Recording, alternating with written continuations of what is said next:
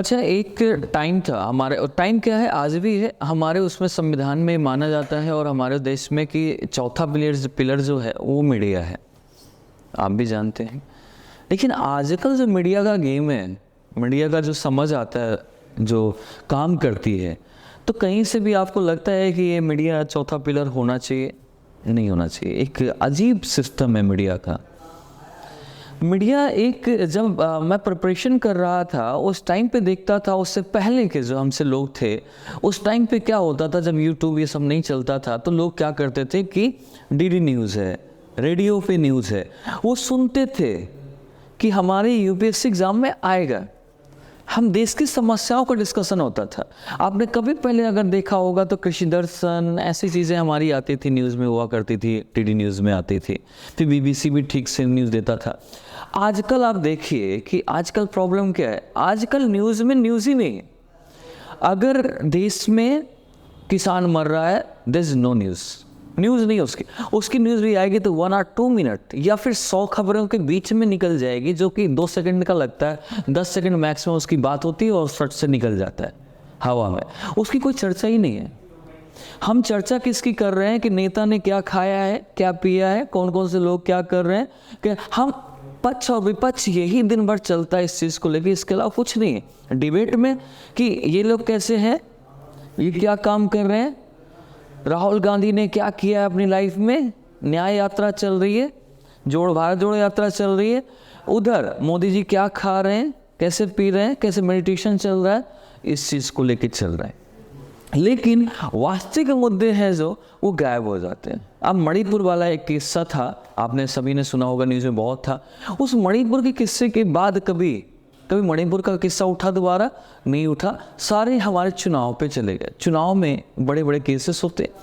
अब जो लोगों को जानना चाहिए, अगर हमें इलेक्शन कमीशन के बारे में अवेयर 90% लोगों को अभी आज की डेट में अगर चला जाए तो 90 क्या, कोई सुनना नहीं चाहता, उसके बारे में जानना नहीं चाहता कि क्या है अवेयरनेस। इसलिए वोट जो इस बार पड़ी है बहुत लेस हुआ है। और आप देखिए नॉर्थ ईस्ट में वोट डालने के लिए एक बार में हुआ ही नहीं, दूसरी तीसरी बार इंदौर में है, तो जो कैंडिडेट जीता उससे दूसरे नंबर पे नोटा है।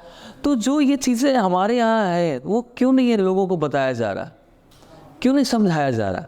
और अभी हाल ही में एक तो बड़ा अजीब केस सुनने को मिला, अब सच है कि झूठ है इसका पता नहीं है, लेकिन रजत शर्मा जी जो इंडिया टीवी के एंकर हैं, न्यूज़ एंकर हैं, वो तो बड़े शालीन, बड़े सभ्य लगते हैं और सब चीज़ें हैं।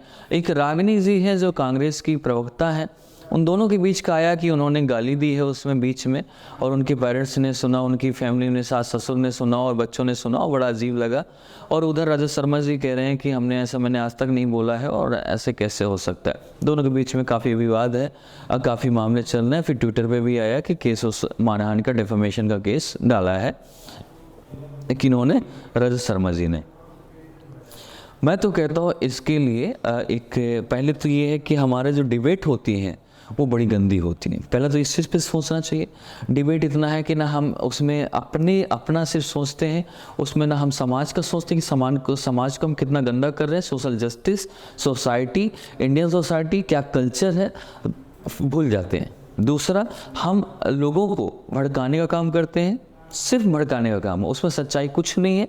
तीसरी चीज़ है कि वो अमल खुद नहीं करते हैं हमारे। लेकिन पब्लिक इतनी बेवकूफ़ है, बेवकूफ़ के 3 मीनिंग है, आप पीके में सुने ना, अच्छा ऐसे बोलता है ना वो, कई सारे एक्सप्रेशन। तो इसके भी टाइप हैं और हम लोग उनमें से एक बन जाते हैं। हमारी पब्लिक जो है उनमें से एक है जो नहीं समझ रही कि सामने वाला क्या कर रहा है। एक बार हम उस पर जाना चाहिए, हमें बात करना चाहिए, उस पर समझना चाहिए कि यार सच्चाई क्या है, सच तो बताओ। आप उस चीज़ को दबा दे रहे हैं, सच्चाई बाहर आ ही नहीं रही, लोगों के बीच की बात पहुंच ही नहीं रही। लोगों का जो पहले रिप्रेजेंटेटिव होते थे, एमपी एमएलए, वो वहाँ तक बात ही नहीं पहुंचाते हैं कि लोगों की समस्याएं क्या हैं।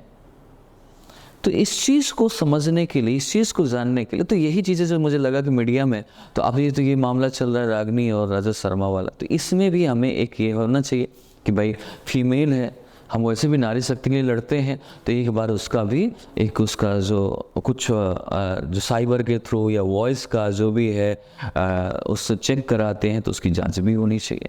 अगर महिला के लिए बोला गया है तो गलत है, अगर महिला ने उनके ऊपर गलत आरोप लगाए हैं तो वहाँ पर भी जांच होनी चाहिए कि कभी हमेशा एक फीमेल जो है वो गलत नहीं हो सकता है, चीज़ें ऐसी नहीं उसके ऊपर थोड़ा सा, क्योंकि उसका कैरियर ख़त्म हो सकता है, इधर इनकी इज्जत ख़त्म हो सकती है। तो दोनों की हमें एक जांच होनी चाहिए, देन उसके बाद हम उसको वायरल करें वीडियो को, वो करना चाहिए। लेकिन लोग क्या करते हैं, उससे पहले उसको उसके चैनल पे उसको गाली दे रहे हैं, उनके चैनल पे उनको गाली दे रहे हैं कि ऐसे। तो हम लोग क्या है ना कि हम लोगों का एक माइंड जो है काम ही नहीं कर रहा।